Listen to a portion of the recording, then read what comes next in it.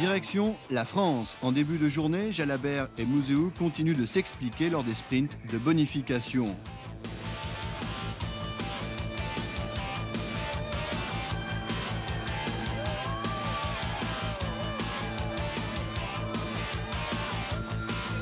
Après 80 km de course, nouvelle chute, les victimes, Zoule, Machler et Gilbert Duclos-Lassalle, le vainqueur de Paris-Roubaix malgré la douleur, repart.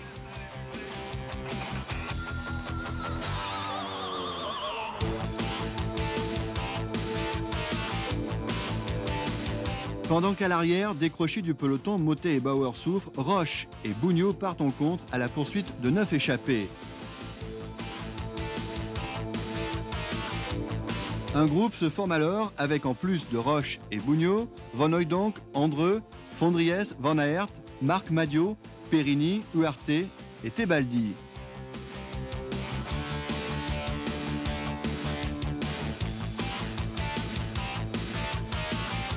Sentant le danger, Indurain demande un effort à ses équipiers. Mais devant, l'entente n'est pas bonne. Personne ne veut travailler pour Bougnot ou Roche, alors les deux décrochent et sont repris.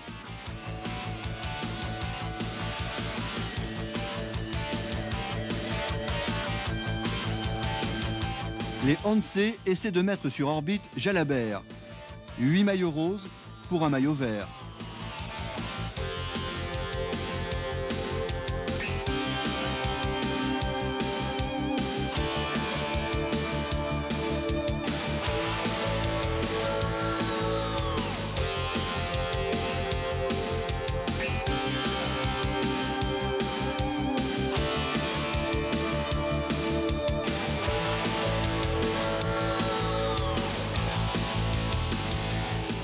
Les Hansé ont bien travaillé, les 7 sont repris, se prépare alors le premier sprint massif.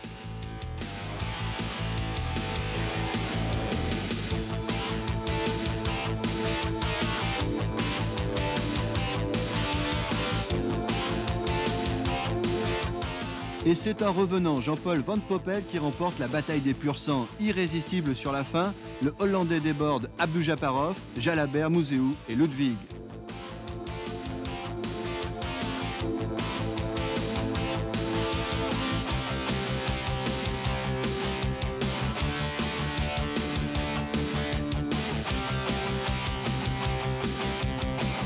Pas de victoire française pour ce 14 juillet, mais on n'est pas au bout de nos surprises. Van Poppel encore essoufflé sur le podium.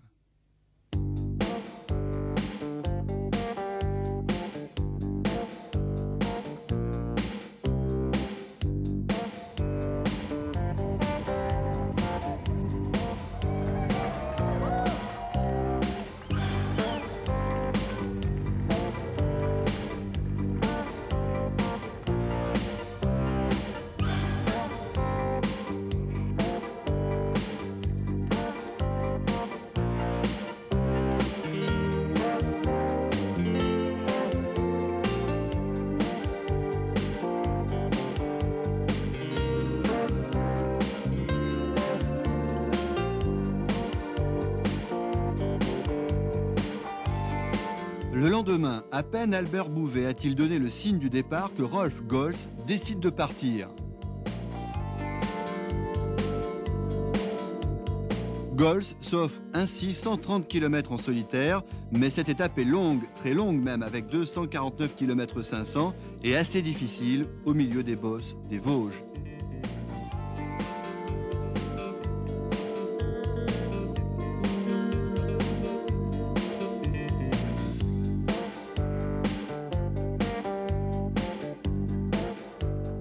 Ce terrain semble propice à Laurent Fignon. Le Français est parti en contre dans le col de Bramont et à son rythme, il mène sa course. En tête, ils sont 3, Fignon, Gonzalez et Konitschev. Fignon ne se soucie guère de ses compagnons d'échappée qui d'ailleurs décrochent dans les pentes du Grand Ballon.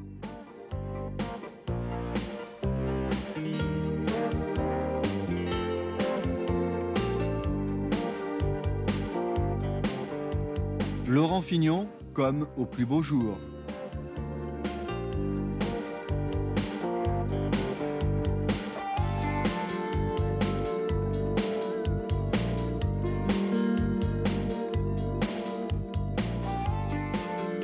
Au sommet, Fignon possède 1 minute 50 d'avance sur le peloton. Le Français aime la descente, il le prouve là encore.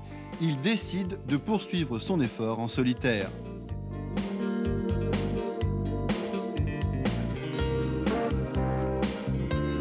Il reste 20 km, Laurent donne tout, il sait que derrière ça revient fort, mais il veut cette victoire d'étape. Et après une échappée de 100 km, il peut laisser éclater son bonheur à Mulhouse.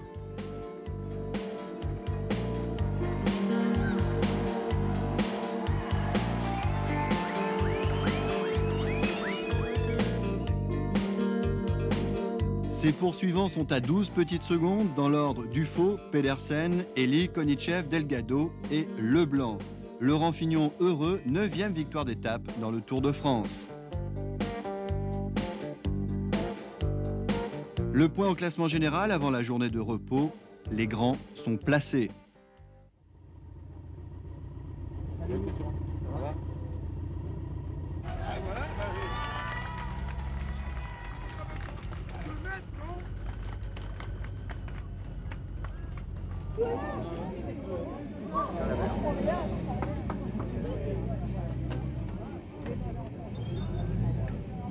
Le Tour s'est donc reposé à Dole. Une journée bienvenue, le temps a été plutôt maussade et le rythme est fou.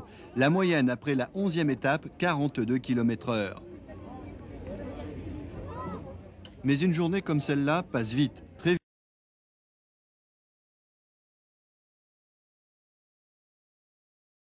Et pour beaucoup, il y a un peu d'angoisse. Les discussions d'avant-départ semblent légères, sans doute l'envie de se changer les idées avant d'aller affronter les Alpes.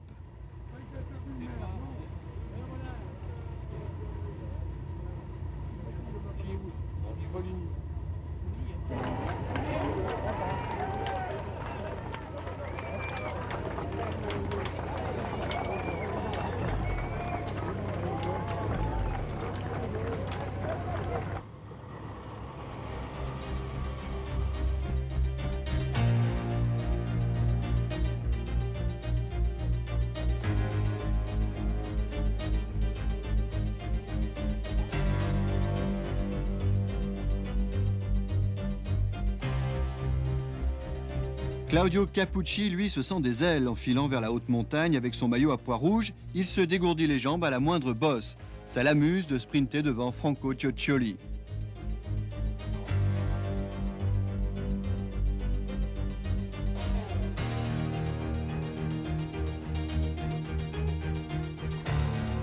Mauvaise nouvelle pour Pascal Lino, Charlie Mottet, qui ne se sentait pas bien depuis quelques jours, abandonne. Salut Charlie, et à l'année prochaine.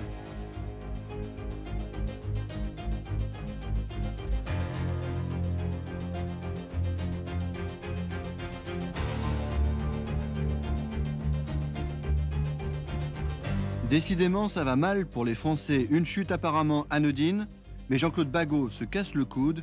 Il n'abandonnera que le lendemain.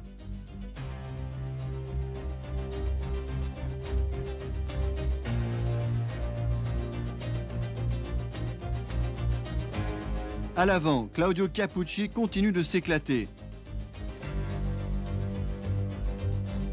Claudio, le kangourou.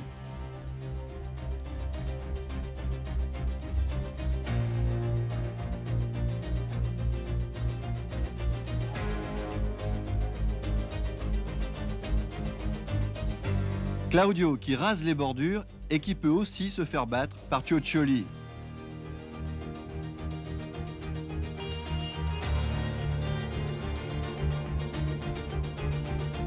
Virenque est 3e et Cioccioli chambre Cappucci.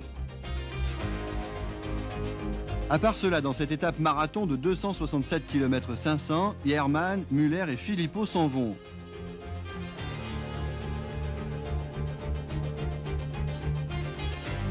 Le peloton s'étire et à l'arrière, en difficulté, de nouveau Greg LeMond. Son coup d'éclat de Bruxelles ne masque pas sa petite forme.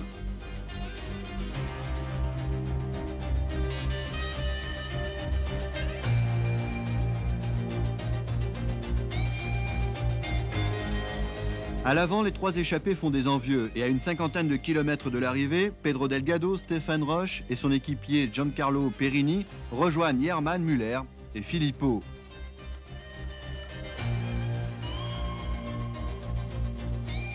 On note que Müller a faussé compagnie à ses copains pendant quelques kilomètres, mais le Suisse, victime de crampes, a stoppé son effort.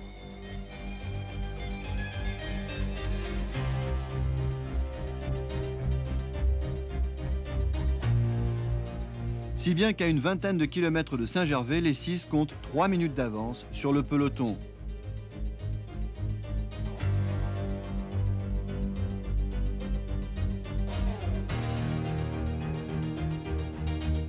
La dernière montée fait de gros dégâts. Périni coince, ainsi que Müller et Philippot.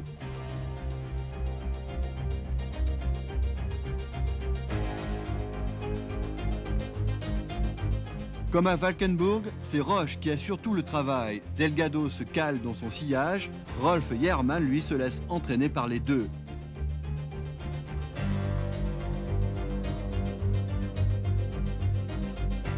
À 10 km, le peloton est à 2 minutes 52. Pedro Delgado démarre, Jährmann saute dans sa roue, Roche est à bout de force, il ne peut réagir.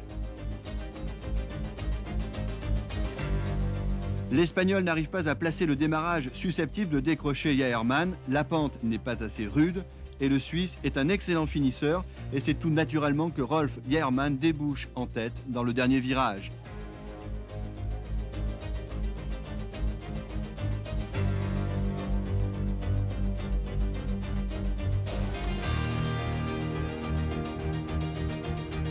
Victoire d'étape pour Rolf Jährmann, Delgado est à 3 secondes. Roche à 39 secondes, mais c'est lui qui, encore une fois, a lancé le bon coup. Périni termine avec Philippot à 1 minute 43.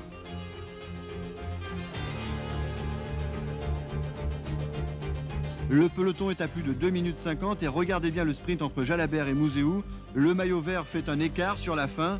Une nouvelle fois, le Français est pénalisé par les juges. Il n'est plus maillot vert.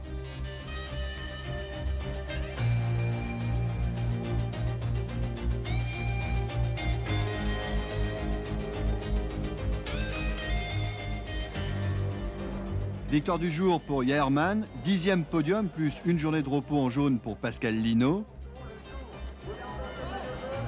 Chiappucci détendu avant d'aller chez lui en Italie.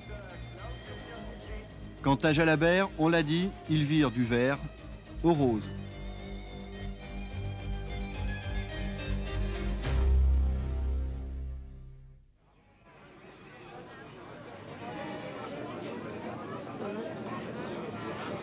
Ça bien coulé aussi là.